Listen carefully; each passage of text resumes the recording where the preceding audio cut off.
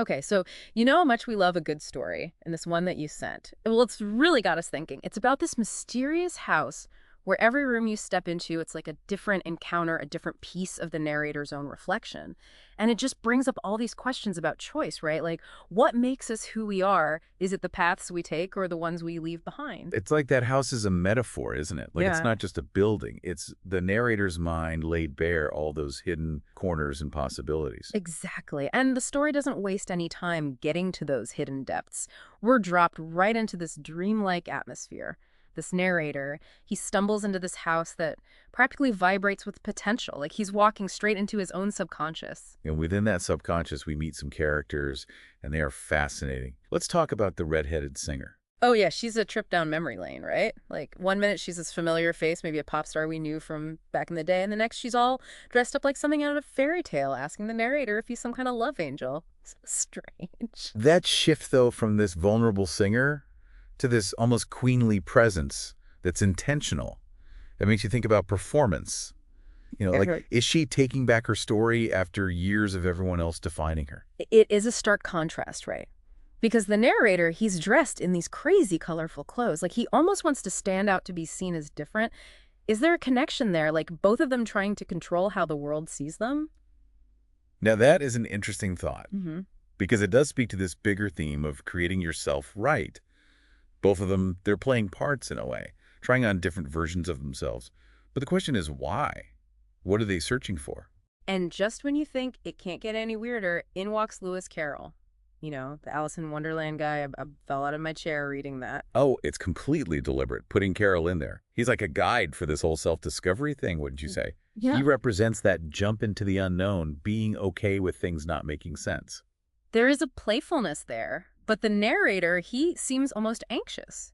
Like when Carroll insists he knows his work and he gets the title wrong. It's like he wants this literary icon to approve of him, you know? Absolutely. He needs that validation, and it says so much about his insecurities. Like he needs permission to even be in this bizarre world Yeah. to explore his own imagination. And before we can even unpack that, we get interrupted. That rabbit bursting in all, you're late for a very important date. Talk about time slipping away. It's brilliant, though, isn't it?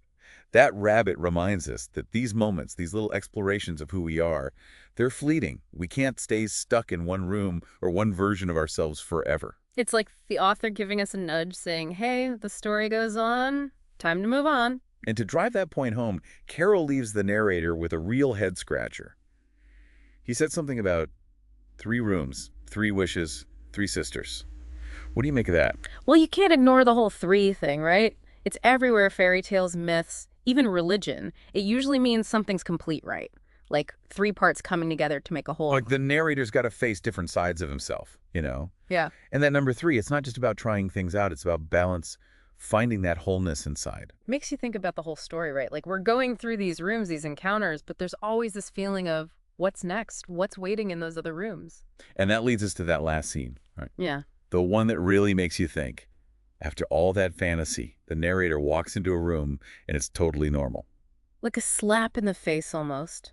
Plain walls and news clipping about some artist who died. It's almost boring. Where'd all the magic go? No talking rabbits or famous authors. But that's what's so clever. Mm-hmm. It's that jump from the unbelievable to the everyday that makes you actually feel the weight of the choices you make and the paths you don't take. You were saying earlier how the house is like the narrator's mind. So is this room, this normal room, is that death, that big unknown waiting for everyone? It's up to you, really. And that's what makes it work so well. The news clipping doesn't even say who died. Could be the singer, the narrator, someone else entirely. The point is it makes you think about your own time running out. All those what ifs, right? The things you didn't do, the dreams that never happened. It's like the story is showing us our own worries, our fears of how things could have gone. But there's also this feeling that it can't be avoided. Remember that music playing in the background? Mm. The Doors, that song Queen of the Fast Track? It's like the narrator, even with all these choices, he's still being pulled along a path someone else laid out. That song choice, though, like the author is giving us a little wink saying, hey, even with all the choices in the world, some things you just can't escape. Exactly. It goes back to those different selves, right? The narrator, he's drawn to the fantastical, the talking animals and famous authors. Yeah.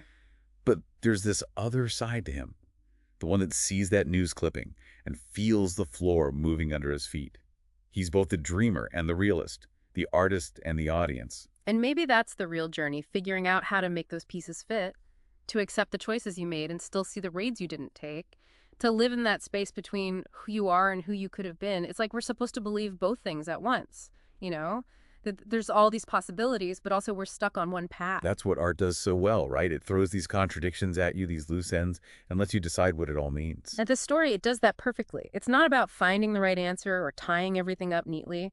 It's about sitting with the unknown, with Mhm. the what ifs. Exactly. You realize that who you are, it's not set in stone. It's always changing. And like any good story, there are questions that don't get answered and endings that leave you wanting more. Which takes us back to that last image the story leaves us with. What if it were you standing in that house at the bottom of those stairs with all those rooms ahead of you? Which door would you open?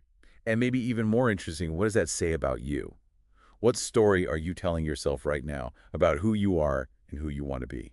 Yeah, it's a powerful way to end, isn't it? The idea that there's always a choice, even if it's just deciding which part of ourselves we want to look at next. Absolutely. This story reminds us that figuring yourself out is a journey, not a destination. There's always another room to walk into, another layer, to peel back another side of yourself waiting to be discovered. So, as we wrap things up here, we hope this leaves you thinking about all the possibilities inside yourself, maybe even inspires you to explore those hidden rooms in your own house of mirrors. Thanks for joining us, and until next time, keep asking those big questions. Keep diving deep into the stories that make us think and feel and question everything.